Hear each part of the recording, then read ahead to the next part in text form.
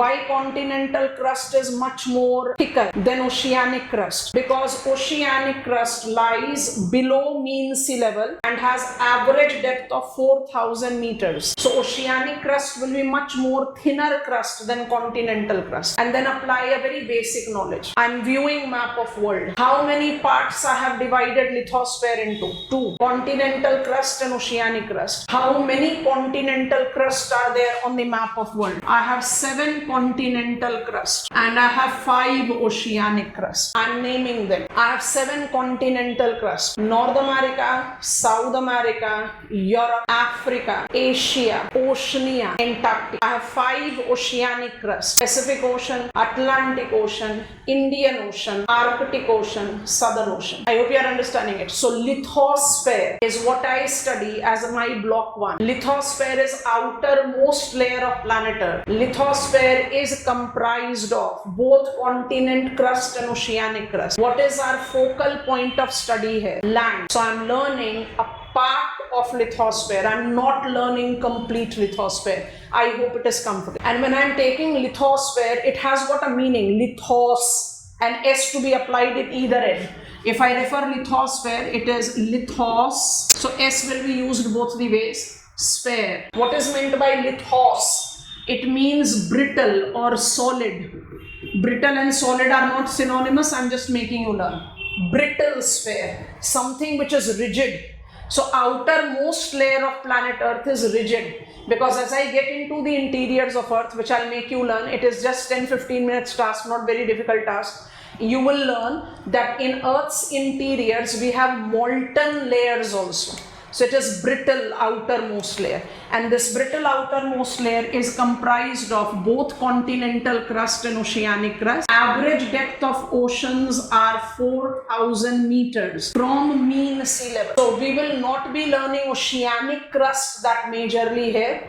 To begin with, we'll be learning continental crust, but drawing an absolute boundary line becomes difficult.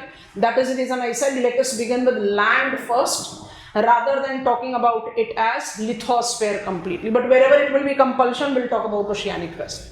I have also labeled in this diagram shoreline and coastline. So be very cautious in referring them. I'm mentioning it now. What is shoreline? My diagram itself is showing it. I add the page. What is a shoreline? I draw the diagram here.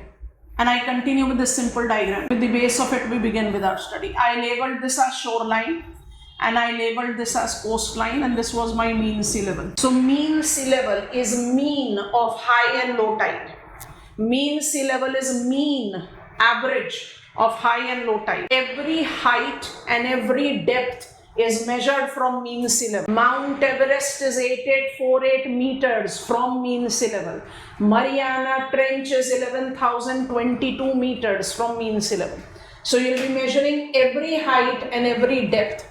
So every height, I have mentioned Mount Everest, the tallest peak of our planet, and every depth, I have mentioned Mariana Trench, and we'll be learning them gradually one by one, are measured from mean sea level. Mean is mean, median, mode you must have heard about. Mean of high and low tide level. Attempt the definition of shoreline with the help of this diagram, and this is how you should learn. More you create writing, it creates trouble. You understand by understanding the concept, and then you practice solving previous year question to build up the content towards writing. You prepare notes after understanding, but better than notes, you prepare answer on the PYQs, because that will give you 2 ways benefit. Because this particular topic of ours, environment ecology, still there are facts which I'll say quickly jot down. Here we don't have facts, here we have got concepts that should be made clear. Okay, so what is shoreline? Even in this my crude diagram, it very clearly depicts shoreline is the boundary between land and water. Elements. So what is our study? Elements, minerals, rocks, because rock will give me the understanding of lithosphere. Lithos, brittle, what it is made up of. Let us put it like this. And this is how you learn resource distribution on the map of world. Why? Chota Nagpur plateau of India is adobe of metalliferous mineral resources. Why Appalachians of United States of America is like Chota Nagpur plateau. It is not just providing us with the huge reserves of metallic resources, but also coal resource. You have to learn that, and that foundation will come from Simple fact, try to understand. What is building material of lithosphere? Rocks. What are rocks made up of? Minerals. Some minerals are proven the economic significance of, so we are always in hunt for that. Yes or no? Building material of rocks are minerals. And what are minerals? Minerals are combination of one or more element. So we want to take quick understanding of elements to minerals to rocks. Our focus is rock, but we should not miss out on elements and minerals. Okay, so getting on there, you have understood that crust is continental crust and oceanic crust. Okay? Earth's crust is made up of two dominant elements. Which are they? It is oxygen. As you open the physical principles of NCERT, the first page of chapter 5 give you this table. So I'm not insisting on creating complete list, but once I take these two compositional constituent, I have roughly approximated it to be 74% of the share of the Earth's crust forming mineral. Oxygen, silica, and after that I have aluminium, iron, and etc. That continues. But 74% done, so principle, and then we have got the list of them. Elements that makes crustal rocks are essentially oxygen and silicon. These elements combine to make. Elements hardly exist in the exclusive nature, that oxygen as building material, silicon as building material, aluminium as building material is not normally applicable. They combine with variable combination to give us minerals. And that is the reason when I talk about minerals, we essentially take into reference of silicates and non-silicates category. Silicates account for 3/4 of the crustal built-up. So automatically 1/4 will go with non-silicates. Silicates, it will be associated with silica and oxygen. I hope you are making sense. Which are the two principal elements that are making crustal rock? It is oxygen and silica. So when I am combining them, silicates actually stands for this. Silicates is silica plus oxygen. Why silicates makes the maximum mineral forming elements? Because oxygen and silica are the principal constituent. You will apply the same thing with your soil in biogeography. Bulk increasing substances in soil, silica, aluminium, iron, because they are available with every rock. Elements are identified to be the building block of minerals, and minerals are the building block of rocks. What you have to be comfortable with is that when I talk about elements, the crustal rocks are made up of two principal elements, oxygen, silica. Second thing I have asked you to understand that ideally none of the elements are found exclusively. They are not found exclusively. They largely combine with each other. So combination of elements makes minerals. Comfortable all of us? Minerals are principally categorized into two, silicates and non-silicates. The NCERT that I have asked you to open, it will give you the complete list of the silicates and non-silicates that you have to take into account. But any case, when I have to take into reference silicates, silica, oxygen, 3/4 of the crustal elements largely includes feldspar, and I have purposefully written mica. Mica as muscovite mica and biotite mica are the naturally occurring. They are identified to be example of resource themselves. I've said elements rarely exist in exclusive nature. Elements rarely exist as exclusive nature. But when I take up the reference of silicates, I identify some of the minerals that justify themselves in their exclusive nature.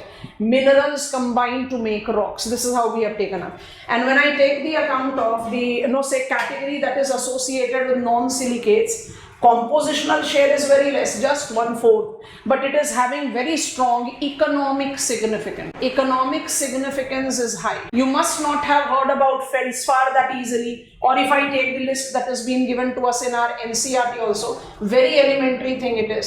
Quartz is there, olivine is there, pyroxene is there. You can keep on listing them, but that doesn't make that clarity in our mind. But when I talk about non-silicate, and I just attempt the writing of only one, carbonates. Minded carbonates relates to limestone and dolomite. Limestone and dolomite are raw material for cement industry. When I take reference of oxides, I talk about the ore that facilitates iron, and iron steel industry is basically the mother industry of all the other industry. I hope you are understanding it. So you have to take understanding that non-silicate versus silicate. Everything that I have written, I want you to copy it down. I am labeling it as AB, and let me just add few more here. I can take into account sulfate, I can take into account, and they all relates to mineral resources wherein economic significance is identified. As gypsum is applied here, very important, we'll be talking about gypsum. Here we take reference of sodium chloride, common salt, and now I'm repeating, carefully understand, because this gives me lead to proceed further. My focal study is rock. Primary rock question has been asked in your main general studies. It's a very elementary thing. I'm on repetition now. Relax, repeating. We are learning Earth's crust. What is Earth's crust? It is the outermost layer of Earth, which is more elaborately, or the comprehensive nature of it is called lithosphere, that is divided into two crusts, continental crust and oceanic crust. Crustal rocks are made up of minerals, and minerals are made up of elements. So we are beginning from elements. Which are the principal elements that makes crustal rocks? Planet Earth has got silica and oxygen. I should read it as oxygen and silica as the principal elements forming crustal rocks. Silica, oxygen being prominent, they combine to make silicates, the most prominent rock forming minerals, as elements rarely exist in exclusive nature. They combine, and the combination of them is called minerals. Minerals categorized as silicates and non-silicate is very important for us to retain. Silicates are the principal minerals accounting for 3/4 of the Earth's crustal formation. Non-silicate by default goes with the miniature share, but non-silicates are commercially very sound. Come on, we have got 4,000 recognized minerals, and every year 50-60, very humble counting, 50-60 new minerals keeps on adding in our information list. We are still on with our exploration. Will I be in the position of mugging up 1, 2, 3, 4, 4,000? Even the students of chemistry don't do that. So how do we demarcate them? We demarcate them as silicates and non-silicates. What are silicates? Principal mineral forming crustal rocks. What are non-silicates? Secondary minerals forming crustal rocks, but they are commercially more sound. Whether it is carbonate, it's oxide, it's sulfates, it's haldites, all of them. And each one of them combines variably to create rocks. I think I can proceed. Rocks are group of minerals combined in specific way. The study of rock is called petrology. Preliminary question can be there, or you never know. I get the question, define petrology and identify its characteristics. I have taken so much efforts to learn rock, but I was not aware of that it is called petrology, and question goes out of my hand. So be cautious. When I talk about rocks, it is group of minerals that are combined in different grouping. It is different ways that they combine. Rocks are building material of relief. So relief will be our next leg of learning. Rocks are building material of relief. I am taking back gear. My automobile is going in back gear. Relief features are made up of rocks. All of you, pause down writing. Relief features are made up of rocks. Rocks are made up of minerals. Minerals are made up of elements. I hope it is done.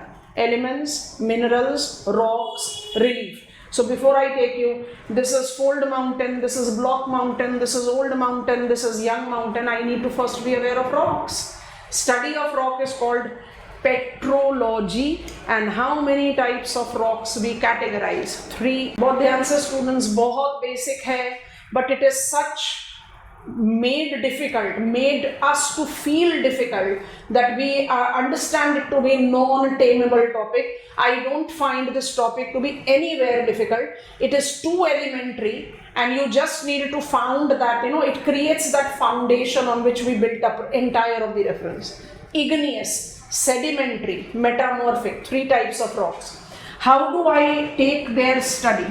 Igneous is called primary rocks. Interesting point is that I don't find sedimentary and metamorphic given the name as secondary or tertiary rock. No, only igneous is called primary. So sedimentary and metamorphic is waiting, let it wait. Why igneous is called primary rock? Because igneous rocks were first to be formed, as all of us believe that planet Earth in its formation stage was molten. Proto-planet Earth was molten, and that molten planet eventually got solidified to create its outer brittle layer, which we are learning, called lithosphere. Why that is important? Because igneous rocks are formed of lava. What is lava? Lava is molten rock material, but I normally read it to be magma. So let me write magma also. Igneous rocks are primary rocks, are formed due to cooling and solidification of molten rock material. Earth's surface to begin with was molten. Earth makes example of terrestrial planet of our solar system. Mercury, Venus, Earth, Mars are terrestrial planet. Beyond asteroid belt are Jovian planets. So planet Earth, which is inner planet, the terrestrial planet, to begin was molten. So when it solidified to create its brittle outer layer, it attained its present characteristics of being terrestrial planet. This is what we are trying to apply. The first rock to have formed on the Earth's surface was due to cooling and solidification. That is the reason igneous rocks are called primary rock. Comfortable there? Igneous rocks are formed due to cooling and solidification of molten rock material.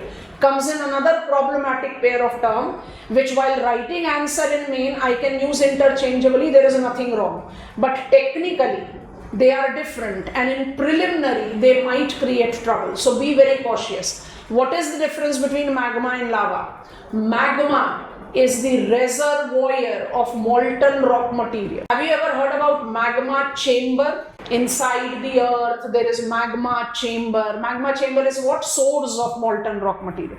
And once magma is mobile, that magma from Earth's interiors, this is my surface of the earth, this is my interiors of the earth, this is my lithospheric stratas. Magma, molten rock material from magma chamber. Come on, understand? We'll learn volcanism in details in our next lecture. Magma chamber is what? Below lithosphere. Lithosphere is still 100 kilometers of the depth. Yes, all of us? So magma chamber, reservoir, from where the magma have started moving towards the surface, and in this movement towards the surface it ejects out on the surface. This moving molten rock material is called lava. Is that comfortable with us? Until and unless you move, you will not be subjected to cooling.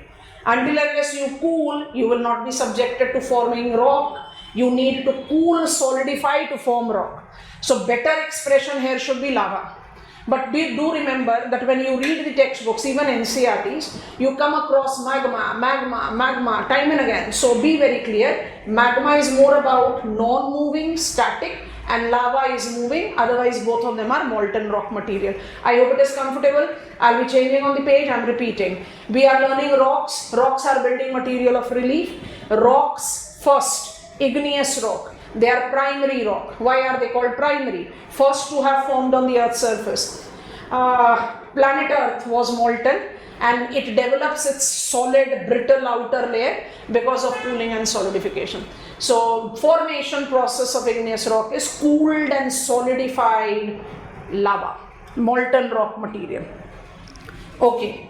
When I learn igneous rock, I learn it with two fundamental characteristics. They are always crystalline and they lack in embedded fossils. Igneous rocks are always crystalline and they lack in embedded fossil. Embedded fossil is easier for us to learn, so please try and interpret. I am creating thereafter the flowchart that you will copy down. After writing this, please drop your pen.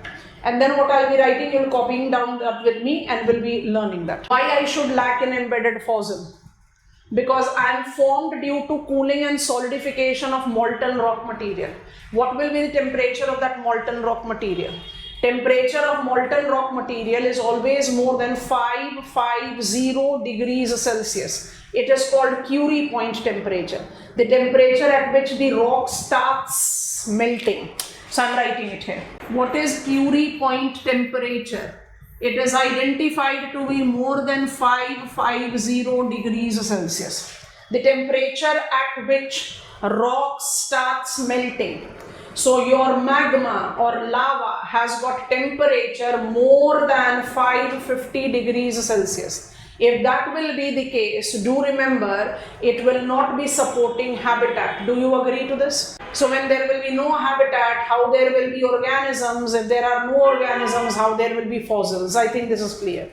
Comes in crystalline. What is crystalline? Crystals. When magma is subjected to cooling, when lava is subjected to cooling, it tends to create crystals. And that is one of the bases of classifying igneous rock.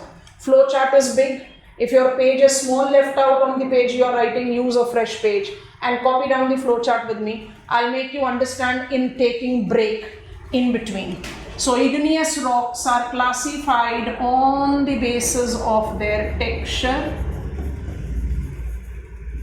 on the basis of their composition, on the basis of their color, and also on the basis of their location. So the bulkiest rock actually is igneous rock. Continue writing with me and then you will help me with that actually. On the basis of texture, we categorize igneous rock as, careful, texture is dependent on rate of cooling. All of you drop your pen. Texture is dependent on rate of cooling because texture relates to the size of crystal that igneous rock develops. What is your take? If my rate of cooling is faster, which type of crystal I'll be developing? Small crystal or big crystals? If I'm cooling fast, my rate of cooling is faster. Crystal size will be smaller. Rate of cooling is slow. Crystal size will be bigger. Please be here, listen to it, terms will be easier.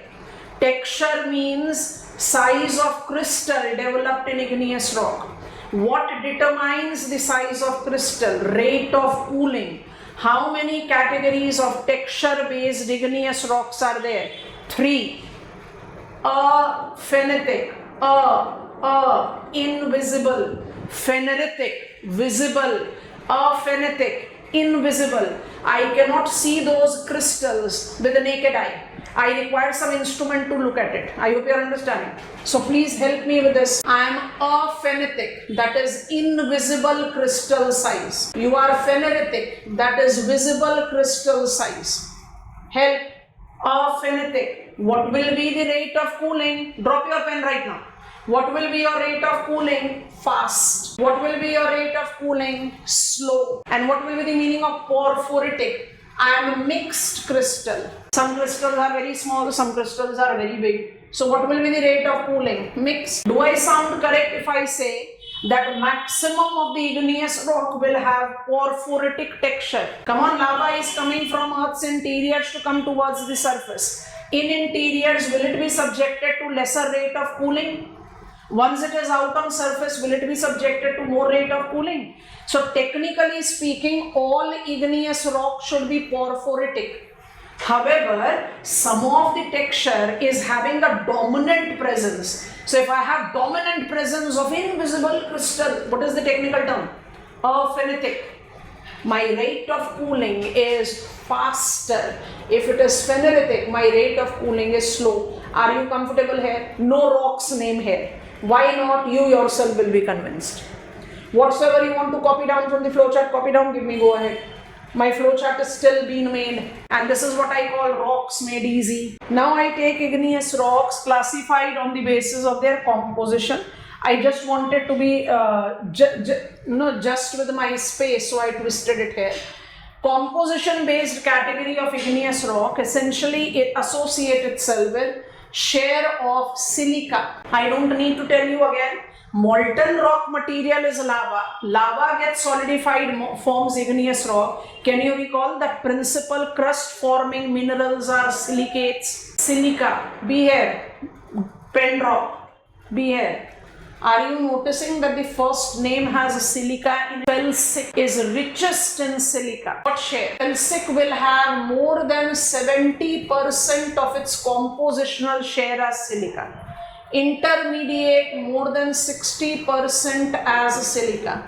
Mafic up to 50% as silica. Ultramafic less than 40% as silica. You can group them up. Mafic and ultramafic are poor in silica. Felsic and intermediate are rich in silica. Now comes in the rocks. Par excellent felsic igneous rock. Par excellent felsic igneous rock is granite. Par excellent intermediate igneous rock is diorite. Par excellent mafic igneous rock is basalt, and par excellent ultramafic igneous rock is peridotite. And basalt and granite are the prominent most igneous rocks of the world. When I say igneous rock and first match I have to make, it will be granite and basalt. Which type of rock granite is? Felsic.